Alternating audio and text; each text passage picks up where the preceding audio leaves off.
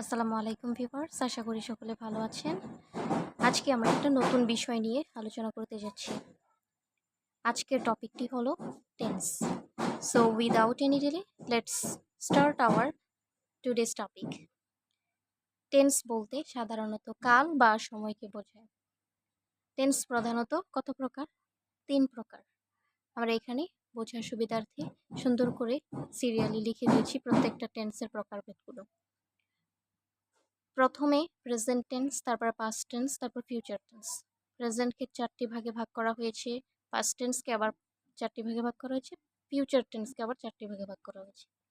তো 4টি প্রকারভেদ আমরা জেনে নেই। প্রেজেন্ট টেন্সকে যে 4টি ভাগে ভাগ করা হয়েছে সেগুলো হচ্ছে present indefinite, present continuous, present perfect, present perfect continuous.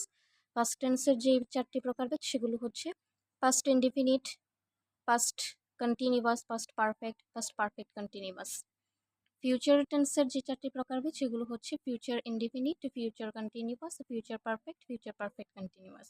তো আজকে আমরা যে দুটি বিষয় নিয়ে আলোচনা করব সেই দুটি বিষয় হচ্ছে প্রেজেন্ট ইনডিফিনিট এবং প্রেজেন্ট কন্টিনিউয়াস।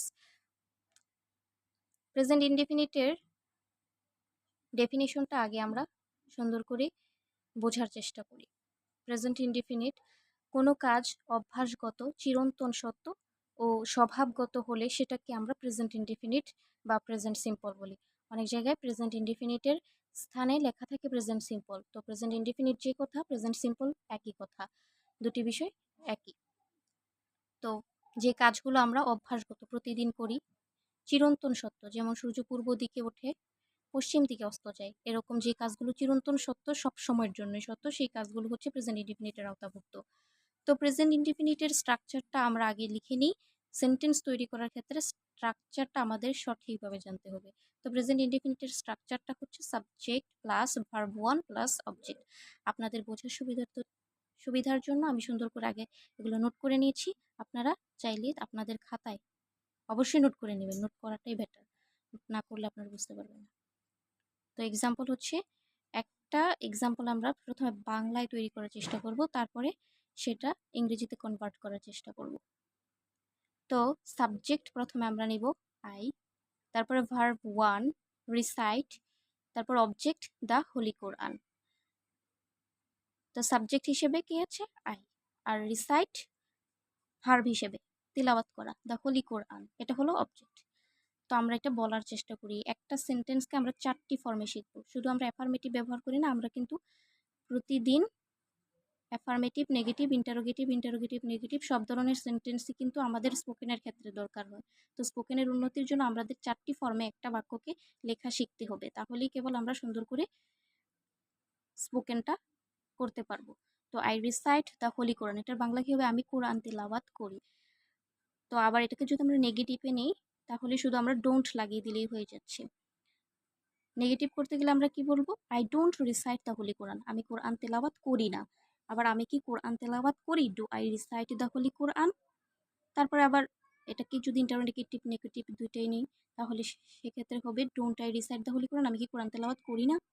তাহলে এটাকে ফ্লুয়েন্সি বাড়ানোর জন্য আমরা বারবার বলবো আমি কোরআন তেলাওয়াত করি, বাংলা সহ অবশ্যই বলতে হবে ভিউয়ার্স, আর বারবার বলছি বাংলা সহ বলতে হবে।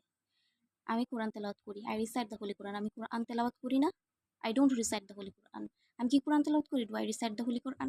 আমি কি কোরআন তেলাওয়াত করি না? Don't I recite the holy Quran? এভাবে যত বেশি প্র্যাকটিস করবেন, সেন্টেন্স মেক করবেন, তত আপনার ভাষার ফ্লুয়েন্সি বাড়বে। তো এভাবে চেষ্টা করুন, যত তাড়াতাড়ি বলার চেষ্টা করবেন, আমার চেয়ে ভালোভাবে বলার চেষ্টা করবেন। দেখুন, আবার আমরা চেষ্টা করি। I recite the holy Quran, আমি কোরআন তেলাওয়াত করি। I don't recite the holy Quran, আমি কোরআন তেলাওয়াত করি না। আমি কি কোরআন তেলাওয়াত করি? Do I recite the holy Quran? আমি কোরআন তেলাওয়াত করি না। আমি কি কোরআন তেলাওয়াত করি না? Don't I recite the holy Quran? আবার I recite the holy Quran, আমি কোরআন তেলাওয়াত করি। I don't recite the holy Quran, আমি কোরআন তেলাওয়াত করি না। Do I recite the holy Quran, আমি কি কোরআন তেলাওয়াত করি? Don't I recite the holy Quran, আমি কি কোরআন তেলাওয়াত করি না? এভাবে আপনারা শুধু একটা সেন্টেন্সের মধ্যে সীমাবদ্ধ থাকবেন না, আপনারা আরও 7টা, 8টা, 9টা, 10টা এরকম করে সেন্টেন্স তৈরি করবেন এবং 4টা ফর্মে নেবেন। প্রথমে অ্যাফার্মেটিভ, তারপরে নেগেটিভ, তারপরে ইন্টারোগেটিভ, তারপরে ইন্টারোগেটিভ নেগেটিভ। যদি 4টি ফর্মে করে আপনি ফ্লুয়েন্সি বাড়ানোর জন্য এগুলো তাড়াতাড়ি বলার চেষ্টা করেন, ইনশাল্লাহ আপনার টেন্সের কাজ হয়ে যাবে। ইনশাল্লাহ আপনি অনেক সুন্দর করে ইংরেজি বলতে পারবেন। তো ভিউয়ার্স, আশা করি ভিডিওটা ভালো লেগেছে। ভিডিওটি যদি ভালো লেগে থাকে তাহলে লাইক, কমেন্ট, শেয়ার করতে ভুলবেন না। আমার চ্যানেলটি অবশ্যই সাবস্ক্রাইব করবেন এবং পরবর্তী ভিডিওগুলো পাওয়ার জন্য অবশ্যই সাবস্ক্রাইব করে রাখবেন চ্যানেলটি। তো আজকে এই পর্যন্তই। পরবর্তী ক্লাসে আমরা প্রেজেন্ট কন্টিনিউয়াস দেখাবো এবং প্রেজেন্ট পারফেক্ট কন্টিনিউয়াস ধারাবাহিকভাবে আমরা আমাদের ক্লাসগুলো চালিয়ে নেব ইনশাআল্লাহ। তো সবাই ভালো থাকবেন, সুস্থ থাকবেন।